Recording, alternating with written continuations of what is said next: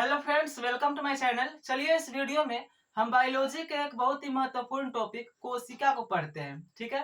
कोशिका को जीवन की आधारभूत संरचनात्मक और क्रियात्मक इकाई माना जाता है। ठीक है। क्या कहा जाता है? Basic structural and functional unit of life. किसे कहा जाता है? तो कोशिका को कहा जाता है। ठीक है। तो सबसे पहले हम जानते हैं कि कोशिका की खोज किसने किया।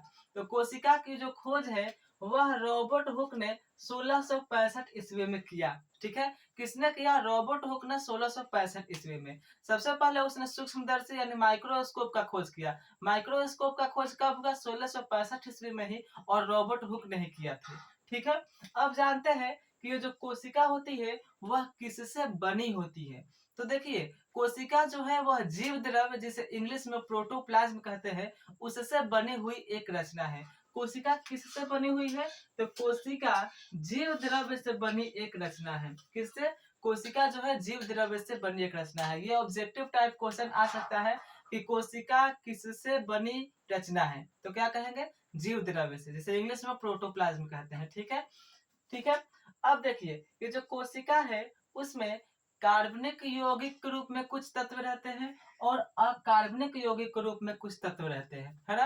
यानी कुछ रासायनिक तत्व संयोजन करके कार्बनिक यौगिक के रूप में उपस्थित रहते हैं और अकार्बनिक यौगिक के रूप में। तो कार्बनिक यौगिक के रूप में कोशिका के अंदर कौन कौन सा तत्व उपस्थित रहते हैं? देखिए, प्रोटीन हो गया, वसा हो गया और कार्बोहाइड्रेट हो गया। ठीक है। प्रोटीन, वसा और कार्बोहाइड्रेट कार्बनिक यौगिक के रूप में, और अकार्बनिक यौगिक के रूप में जल और लवण रहते हैं। ठीक है। इतना बात क्लियर है। अब जानते हैं हम कोशिका में विविधता। कोशिका में विविधता।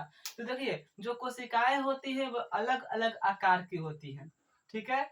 यानी कि जो कोशिका का आकार होता है वह व्यक्ति के शरीर पर निर्भर करता है। ठीक है। तो देखिए, जैसे मान लीजिए कि यदि कोई व्यक्ति है ना, कोई व्यक्ति बहुत मोटा है, कोई व्यक्ति पतला है, चाहे सपोज दैट ऐसे मानिए कि जैसे एक हाथी का शरीर हो गया और एक चूहा का शरीर हो गया। ठीक है। तो हाथी की जो कोशिकाएं होंगी वो बड़ी बड़ी होंगी और जो चूहे की कोशिका होंगी वो छोटी छोटी होंगी।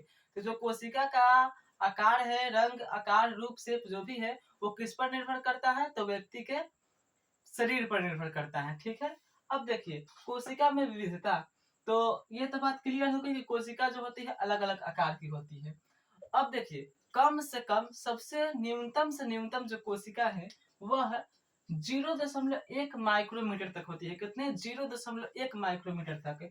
एक कोशिका है जिसका नाम है प्लूरोन्यूमोनिया, यह 0.1 माइक्रोमीटर तक होती है। 0.1 माइक्रोमीटर कहने का मतलब है, ऐसा समझिए ये कितना छोटा है। देखिए, 1 मीटर का 10 लाखवां हिस्सा। जैसे मान लीजिए 1 मीटर कितना बड़ा होता है? 1 मीटर इतना बड़ा होता है। ठीक है। अब इसका, जैसे मान लीजिए ये 1 मीटर का, ये 1 मीटर है। ठीक है। अब इसका 10 लाखवां हिस्सा जो होगा ना, 10 लाखवां हिस्सा, इस तरह से हम इसको करेंगे, हिस्सों में बांटेंगे, तो 10 लाखवां हिस्सा होगा वह 0.1 माइक्रोमीटर के बराबर होगा। तो समझ लीजिए कितना छोटा होगा। ठीक है। और देखिए, अधिक से अधिक जो कोशिका होती है उसका आकार 170 गुने 135 मिलीमीटर होता है। ठीक है। जो कि शुतुरमुर्ग का अंडा जो है उतना होता है। ठीक है। अब देखिए, मनुष्य की सबसे बड़ी कोशिका जो है न्यूरॉन है। न्यूरॉन जिसे तंत्रिका कोशिका कहते हैं। मनुष्य की सबसे बड़ी कोशिका क्या है? तंत्रिका कोशिका। ठीक है। जो कि 1 मीटर से भी अधिक लंबी हो सकती है। तो नेक्स्ट वीडियो में हम कोशिका के प्रकार और तंत्रिका कोशिका के बारे में विस्तार से पढ़ेंगे। इस वीडियो में बस इतना ही। ठीक है। तो यदि वीडियो अच्छी लगी हो तो चैनल को सब्सक्राइब जरूर कीजिएगा।